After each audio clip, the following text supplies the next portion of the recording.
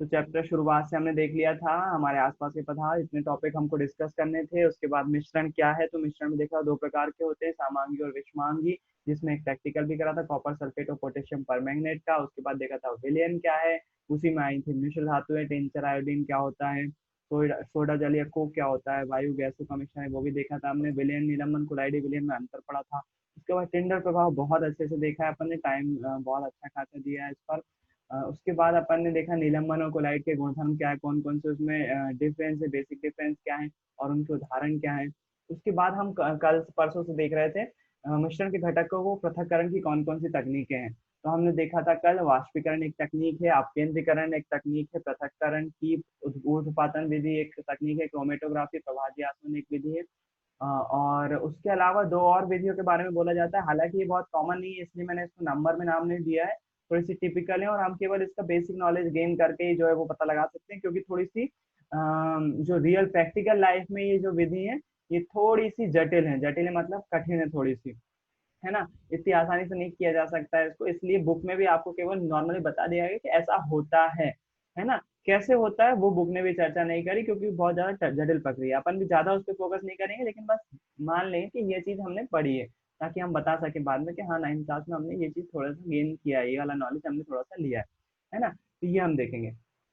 इसके बाद क्या देखा था, इसके बाद देखा था अपकेंद्रीकरण के बारे में। तो अपकेंद्रीकरण के बारे में हमने देखा था कि अपकेंद्रीकरण होता क्या है, बेसिकली जो हम बोलते हैं अपकेंद्रीकरण जो है वो क्या है, वो मिक्सर में घुमाना है ना, किसी चीज को घुमाने के कारण से क्या हो जाता है, उसके मिश्रण के घटकों को पृथक किया जा सकता है। जैसे कि अब क्या होता है मक्खन निकालना, मक्खन निकालने से जुड़ा हुआ एक कल जो है मेरे घर में मक्खन बना था, तो उसके लिए मैंने क्या करा था, आपको आपको समझाने के लिए मैंने कुछ फोटोज क्लिक किए थे, मैं आपको बताता हूँ।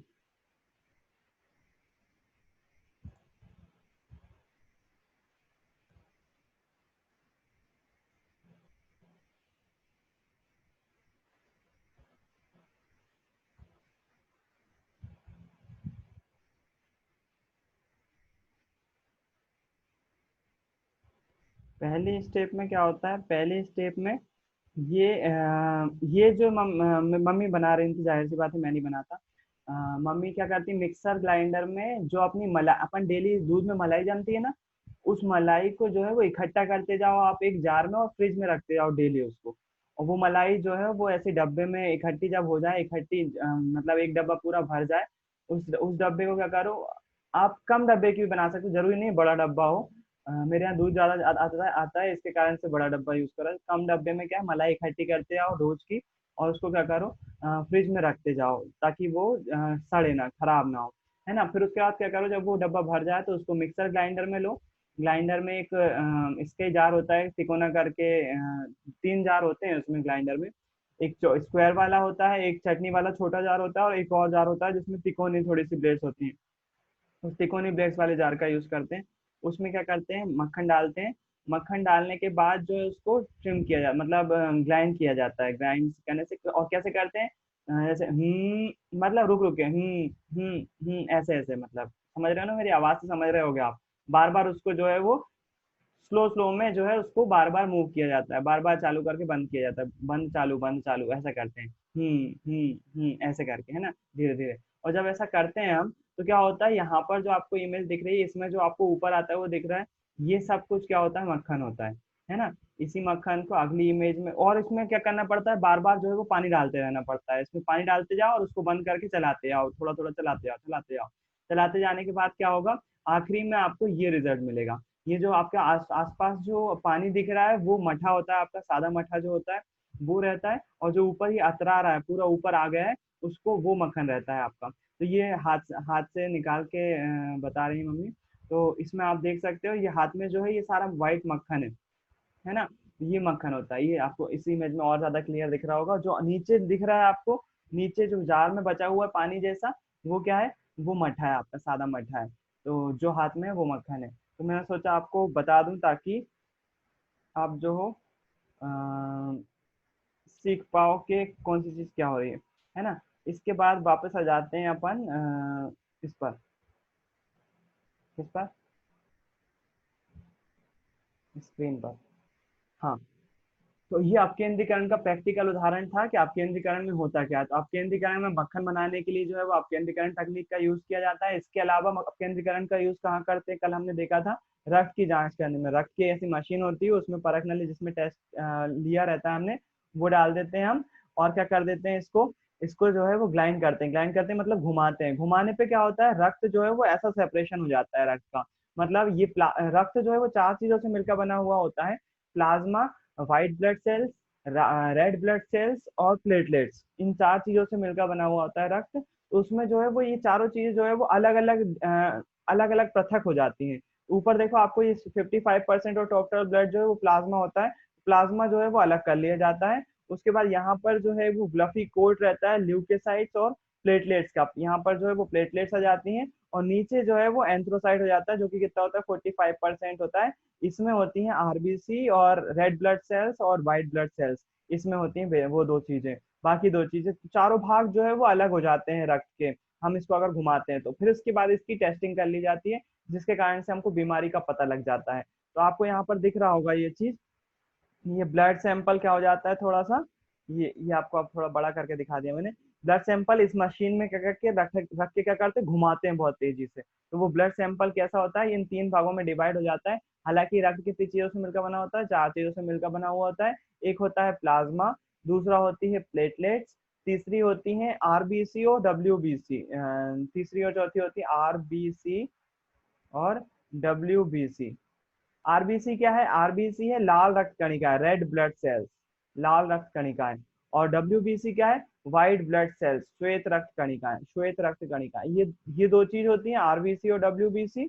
उसके बाद प्लाज्मा और प्लेटलेट, चार चीजों से मिलकर बना हुआ होता है रक्त। तो वो चारों चीज जो है वो सेपरेट हो जाती है, अलग अलग हो जाती है जब भी रक्त की जांच की जाती है। इसी प्रकार मूत्र की जांच भी जो है वो, यहाँ मूत्र की जांच में भी जो है वो अपकेंद्रीकरण विधि का उपयोग किया जाता है।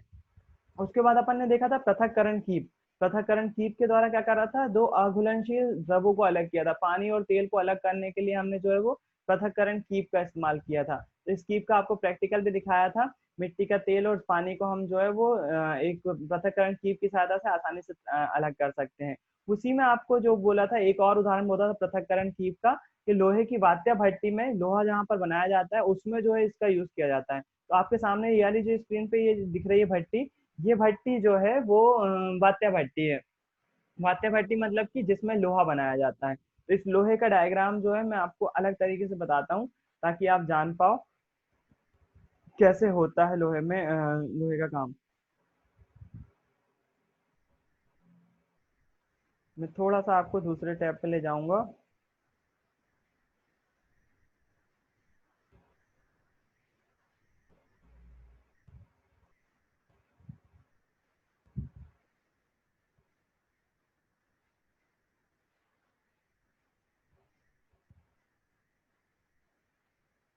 इसी डायग्राम को आप चलता हुआ देख रहे हैं।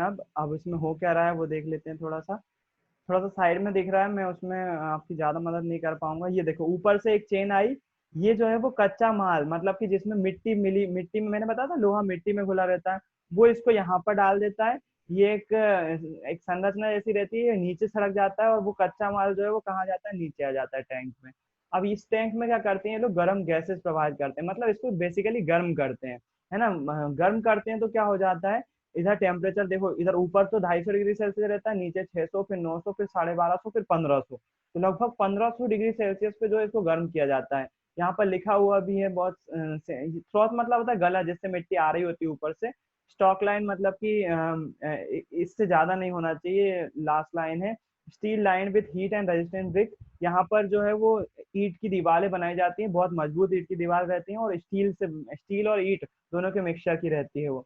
यहाँ पर जो है मेल्टिंग जोन है। मेल्टिंग जोन मतलब वो मिट्टी जो आती है ऊपर से, अयस्क जिसको बोलते हैं, वो अयस्क आता है और यहाँ पर पिघलता है ना। और यहाँ पर 1500 डिग्री सेल्सियस पे यहाँ पर आपको जो नीचे पर्पल कलर का दिख रहा है, ये मोल्टन आयरन है। जो हमको नीचे प्राप्त हो जाता है वो क्या रहता है, मोल्टन आयरन। आयरन बोले तो लोहा प्राप्त हो जाता है। और ऊपर जो आपको हल्का सा डार्क दिख रहा है 1500 डिग्री सेल्सियस के नीचे, मोल्टन स्लैग लिखा हुआ है, मोल्टन स्लैग। स्लैग मतलब कि अशुद्धियां। तो यहाँ पर भी ये पृथक्करण कीप जैसे ही काम कर रहा है। नीचे क्या जमा हो गया, लोहा, और उसके ऊपर जो है वो अशुद्धियां जमा हो गई। तो बाकायदा देखो आयरन की लेडल आ रही, लेडल मतलब कि ट्रॉली आ रही है, वो ट्रॉली आती है, यहाँ पर एक जो है वो एक नल जैसा लगा रहता है, जैसा पृथक्करण कीप में लगा रहता है, वो उस टैप को चालू कर देते हैं और उसमें क्या आ जाता है, एक में स्लैग आ जाता है, जो स्लैग वाली लेडल है, जिस लेडल मतलब ट्रॉली फिर से उस ट्रॉली में जो है वो स्लैग आ जाता है, और ये वाली आयरन वाली में आयरन अलग कर लिया जाता है। ये थोड़ी सी ऊपर है, ये थोड़ी सी नीचे है। तो मेरे ख्याल से आपको समझ में आ रहा होगा, ये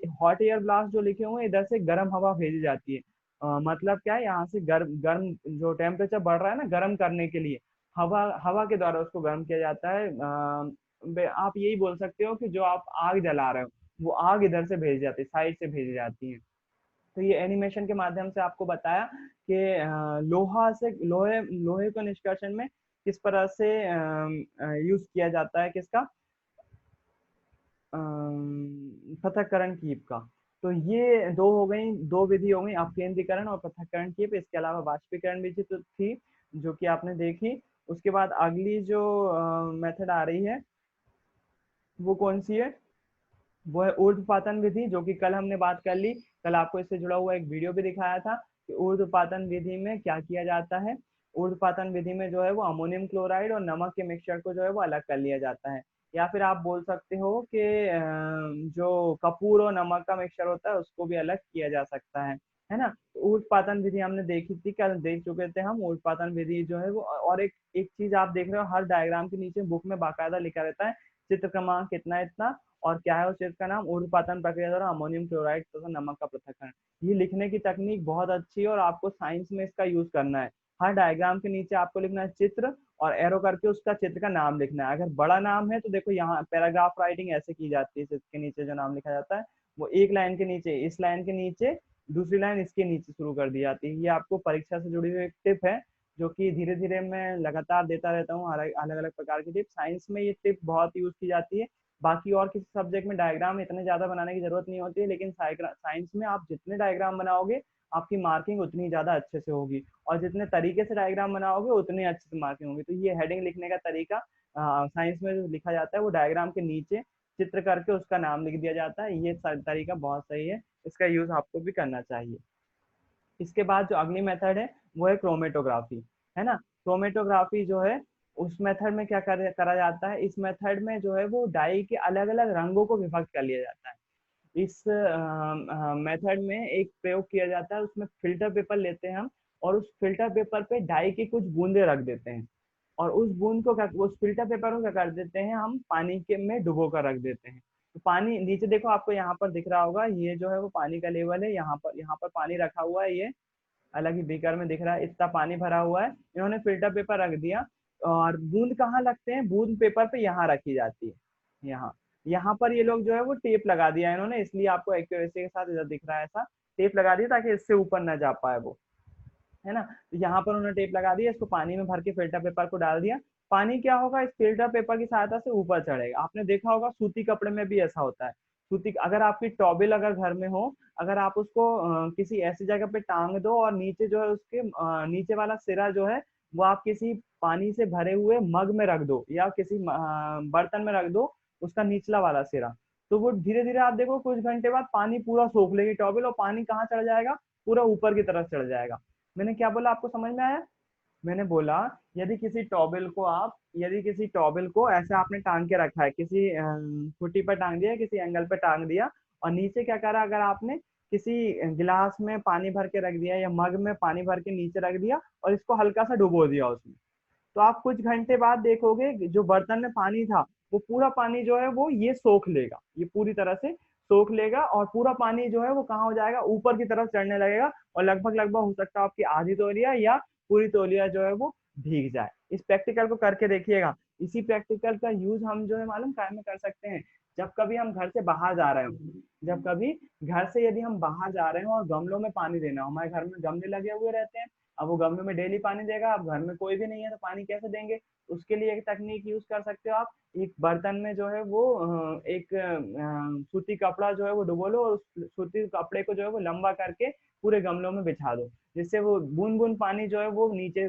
मग्गे से आपके पानी वो है वो कपड़ा सोखता जाएगा, और हर एक गमला को गीला रखेगा, वो पूरी तरह से पानी नहीं देगा, लेकिन गीला रखेगा। आपके पौधे जो है वो खराब कम से कम नहीं होंगे, ठंडक के कारण से हो सकता है बच जाए।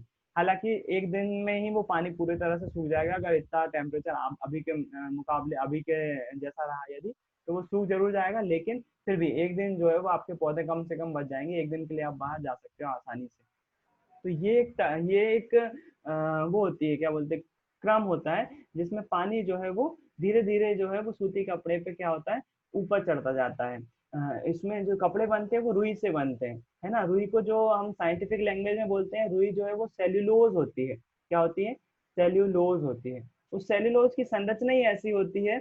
उस सेल्यूलोज में क्या होता है, पानी ऊपर चढ़ता जाता है और नीचे नहीं आ पाता, उसमें वॉल्व जैसे लगे हुए रहते हैं, है ना। उसकी जो संरचना होती है वो इसी प्रकार होती है। तो ये चीजें रुई की बनी हुई या सूती के जो कपड़े होते हैं रुई से ही बनते हैं, रुई से धागा बनता है और धागे के बने हुए रहते हैं। इसमें क्या होता है, पानी ऊपर चढ़ता जाता है लगातार, अगर नीचे पानी है तो लगातार ऊपर चढ़ता जाएगा और वो वापस नीचे नहीं आता है। तो ये एक इसका गुण है सेल्यूलोज का।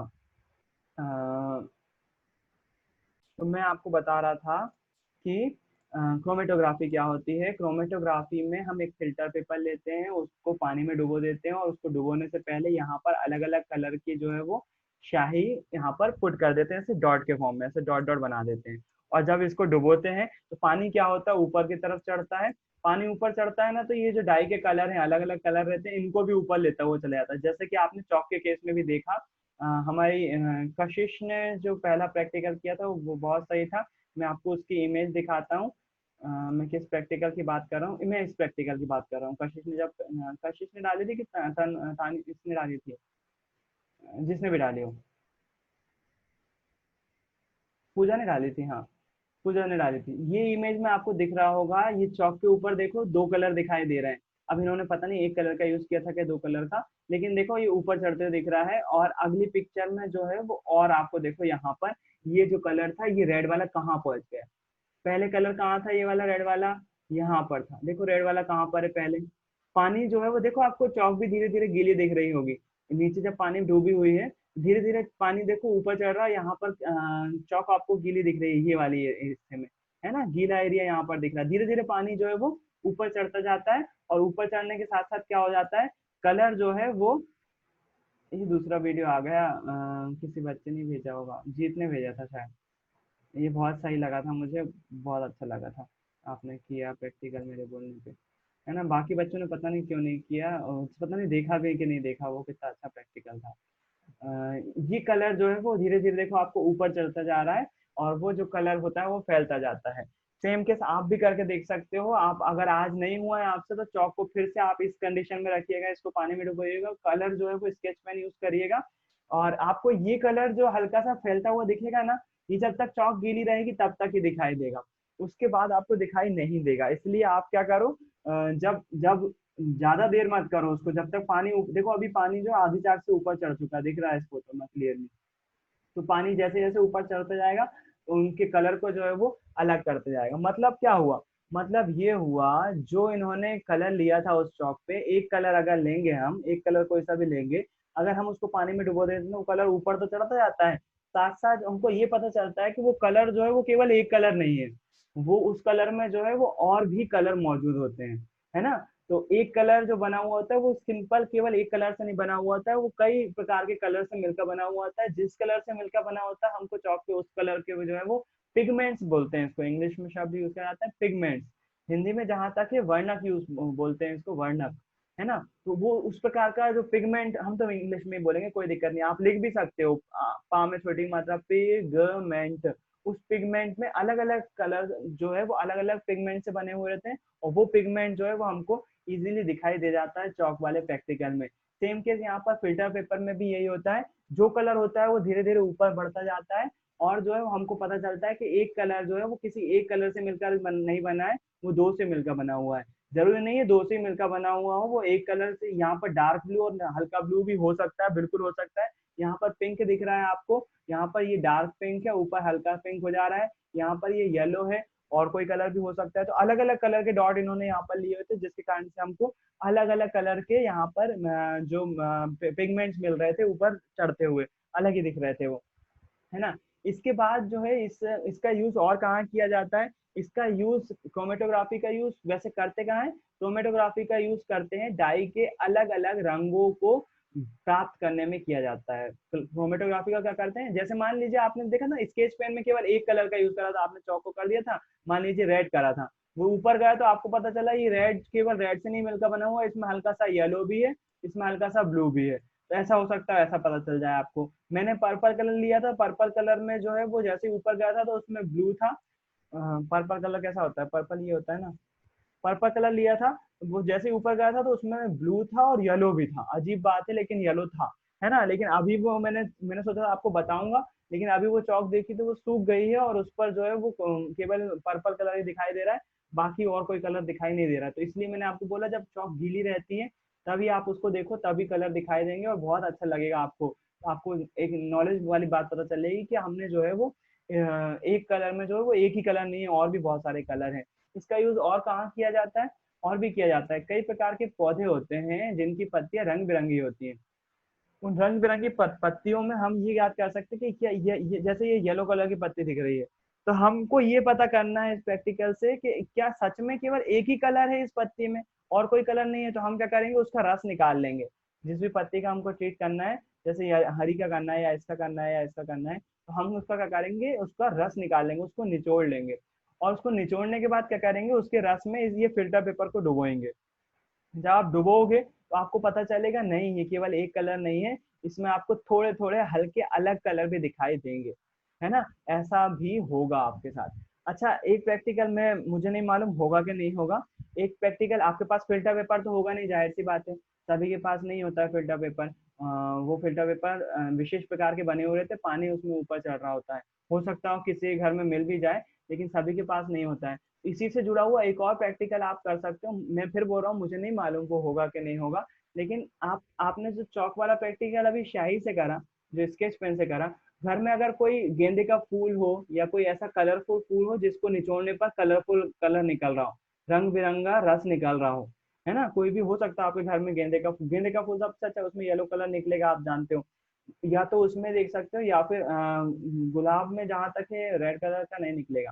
लेकिन घर में अगर कोई ऐसा कलरफुल वाला पौधा है तो उसको निचोड़िए, और उसमें जो है वो आप पेपर तो ला नहीं सकते, पेपर होगा भी नहीं, तो वो उसमें आप चौक रख कर देखिए क्या उसमें आपको दूसरे कलर दिखाई देते हैं, है ना। एक अपन अपनी तरफ से, बुक में नहीं दिया हुआ है, कहीं पर भी नहीं दिया हुआ है, एक अपनी तरफ से अपना दिमाग लगा के जो है वो आपको मैंने बता दिया कि चौक में जो है वो स्केच पेन से इस प्रकार से अलग होता है। थोड़ा सा दिमाग और लगाओ, कोई अपने आसपास ये चीजें जो रंग बिरंगी है, क्या हम उसमें पता लगा सकते हैं कि केवल एक ही कलर मौजूद है कि नहीं। अपना दिमाग लगाओ और उसको यूज करो। और कौन कौन सी चीजें आप उसमें दिखा सकते हो, कौन कौन से कलर, और अगर नहीं आता तो वो भी बताओ, क्योंकि मुझे भी सीखने को मिलेगा आपकी आपकी मदद से कि आपने अगर ऐसा किया था तो ऐसा नहीं हो पाया, उसका कलर ऐसा नहीं दिख पाया या कलर कैसा दिखा। तो चीजें करते रहो बस। ये जो साइंटिफिक डेवलपमेंट होते हैं ना, वो इसी तरह से तो होते हैं। कुछ बन रहा होता है, कुछ का कुछ हो जाता है, क्यों? क्योंकि वो कुछ ना कुछ कर रहे होते हैं साइंटिस्ट जो है वो जो ग्राहम बेल के बारे में बोला जाता है, वो ट्रांसमीटर बना रहे थे। ट्रांसमीटर मतलब कि ट्रांसमिट करने के लिए, रेडियो सिग्नल भेजने के लिए इधर से उधर। लेकिन वो ट्रांसमीटर या रेडियो फ्रिक्वेंसी पे काम कर रहे थे वो, लेकिन उनसे टेलीफोन का आविष्कार हो गया था गलती से। और एक आविष्कार नहीं, ऐसे कई सारे आविष्कार हैं साइंस में जो कि बना कुछ और रहे थे और बन कुछ और गया। ऐसे ही जो उसका है रेडियम समझते हो आप? रात में कुछ चीजें जो है वो चमकती हुई दिखाई देती हैं हरे कलर की। रेडियम की पट्टियां बनाई जाती हैं, आजकल गाड़ियों की नेम प्लेट बनाई जाती है रेडियम की। कई जगह पर निशान बना दिए जाते हैं। कल स्पार्किंग कलर होता है, वो अंधेरे में चमकता है, वो कलर रेडियम की। तो मैडम क्यूरी ने उसकी खोज की थी। कौन ने? मैडम क्यूरी ने। वो मैडम क्यूरी जो है वो एक्सरे किरणों पर काम कर रही थी, और वो गलती से या फिर मिसअंडरस्टैंडिंग से, या फिर आप बोलो कि अनजाने में ही रेडियम की खोज हो गई थी। तो ऐसे ऐसे साइंस के बहुत सारे उदाहरण जो है वो भरे पड़े हुए हैं। इसलिए एक प्रैक्टिकल पे ही मत रहो, उसको हर तरह से अपनाओ, हर तरह से करो। कुछ चीजें गलत ही होंगी ना, इसमें क्या हार्मफुल होगा ज्यादा से ज्यादा? फूलों के रस और कलरफुल आप नेचुरल चीजों का ही तो यूज कर रहे हैं, है ना। अगर जरूरी नहीं चौक पे ही करो, कोई हो सकता है कि आपको कोई कपड़ा मिल जाए, कपड़े पे करके देखो। हो सकता है आपके घर में कोई विशेष प्रकार का कागज हो, उस कागज पे करके देख लो। फिल्टर पेपर जरूरी नहीं है। गूगल की सर्च की मदद से आप पता लगा सकते हो घर में फिल्टर पेपर कैसे बनाएं। वो सारी चीजें आपके पास मौजूद है, तो उनका यूज करो, इस्तेमाल करो, नई नई चीजें करते रहो, दिमाग चलाते रहो। खाली बैठ के केवल गेम खेलने से या फिर मोबाइल चलाने से कुछ मतलब नहीं है। कुछ सीखो, अपनी फील्ड में कुछ सीखो, हम जो पढ़ रहे हैं उसी से जुड़ा हुआ कुछ सीखो। चलो, इसी के साथ अभी आधा पोर्शन खत्म होता है, एक बार फिर से ज्वाइन करिए सभी लोग। एक बार फिर से ज्वाइन करिए सभी लोग फटाफट।